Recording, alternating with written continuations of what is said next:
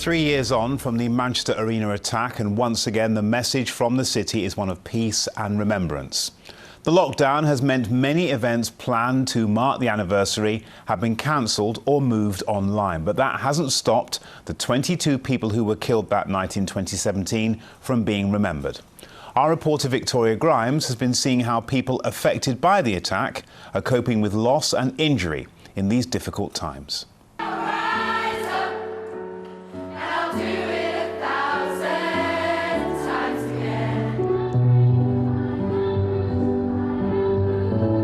They've been each other's greatest support through the toughest of times.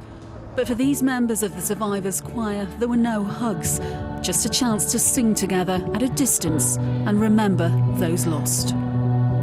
We were so deeply sad that we weren't going to get together for the anniversary. It's so important for us to be together at that time, and there's so much going on in the world at the moment. There's lots of things to worry about, but for us it's a really important time to reflect, to kind of think about those that didn't come home that night and to kind of look after each other. So it is really important that we came today. I think for the mental health of the young people, I think this was a really important thing today. Choir members Lucy and Millie were both at the arena that night. Lucy is still undergoing surgeries for her injuries. Millie has moved into Lucy's house for lockdown. It's helped ease the run-up to a day they dread. We were a bit worried at the beginning of all this lockdown that we wouldn't be able to see each other on the anniversary because we've seen each other every year since. Yeah. But obviously now Millie lives here because of lockdown. So I suppose that's a positive because we get to see each other on that day. I've struggled a lot with my mental health, and having someone there on the anniversary who knows what I've been through. We'll still drive to your mum's house and wave through the windows. Yes. Has she been a good house guest, Lucy? Yeah, she's been all right. She's not. All right. I just maybe say to anyone who's struggling with the anniversary in lockdown that you're not on your own, and still a lot of people who we see who have still got a lot of injuries and a lot of mental health problems because of it, and I just think it's an ongoing thing and that people need supporting on this day. And it's that message of togetherness that's being shared across the city. Thank you. Sadiq Patel and his friend Reenie Black became symbols of solidarity in the aftermath of the attack. Two friends, different faiths, united in grief. 96-year-old Reenie passed away 2 weeks ago. Sadiq says she never understood why the footage of them in prayer had such impact. To her, she doesn't believe in different faiths, different colours, different race. We're all one humanity. Me and Reenie would have loved to have gone, like we usually do every year, to Manchester and lay our flowers. Absolutely important for us to come outside her home to think about Reenie and those 22 people who lost their lives, because I know this is what Reenie would have wanted. And for those seriously injured, it's a time for resilience. Martin Hibbert was paralysed by shrapnel in the attack, the closest person to the blast to survive. 3 years on, he's taken on a virtual charity hand cycle to raise money for those with spinal injuries. I don't know how I'm still here and able to talk to you, and I don't want to waste that, and there's 22 people that are always in my mind.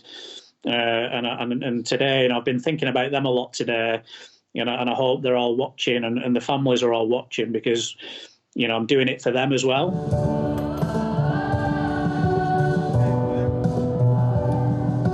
Usually there's around 80 members of choir who perform together. They can't all be here today. Some of them are at home shielding either themselves or their loved ones. But for those who are, well, this is the first time they've performed together since lockdown began.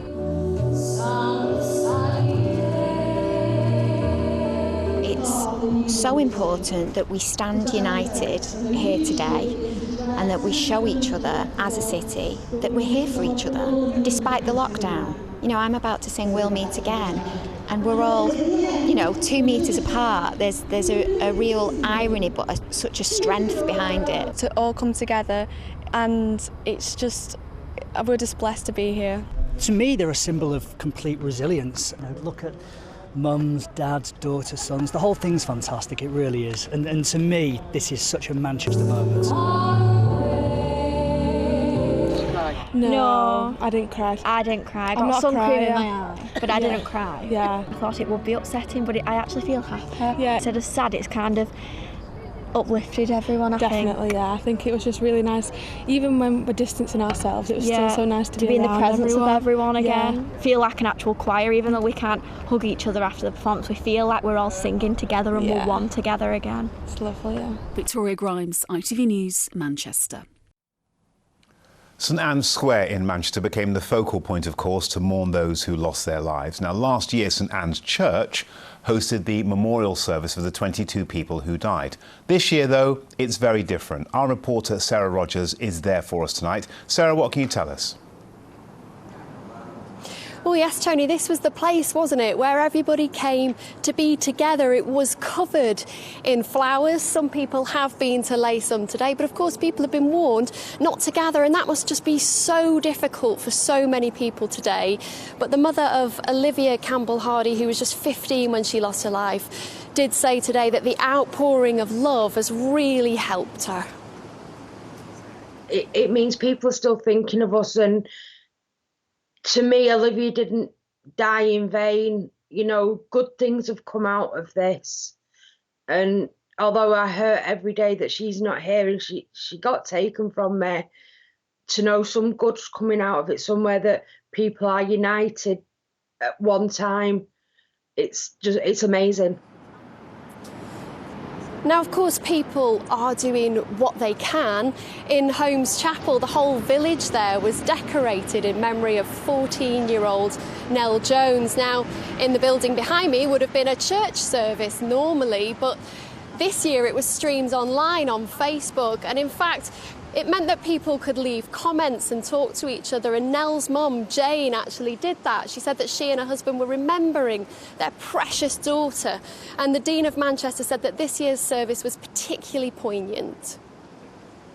Families and loved ones and friends who lost loved ones in the attack would find it very hard to meet with family and others for comfort, for prayers and support today. We want you to know that from this city of Manchester, we stand with you. Now, Sarah, plans have been revealed as well for a permanent memorial to those who died. Absolutely, yeah, and it would be called, if planning permission goes ahead, the Glade of Light. It won't be here, it'll be over at Manchester Cathedral, a sort of community garden with a gorgeous stone halo with the 22 names of those lost on it. But back to what's happening today, in memory of 15-year-old Megan Hurley. In Liverpool, buildings there will be lit up orange, which was her favourite colour. Meanwhile, Manchester Victoria Station will be lit up in yellow. Now, of course, tonight we would have heard those bells of the cathedral peal out 22 times for those lost. That can't happen because of restrictions, but instead at home candles will be lit and people will reach out to each other in any way that they can as Manchester continues to remember. Sarah, thank you very much. The search is on for NHS and care staff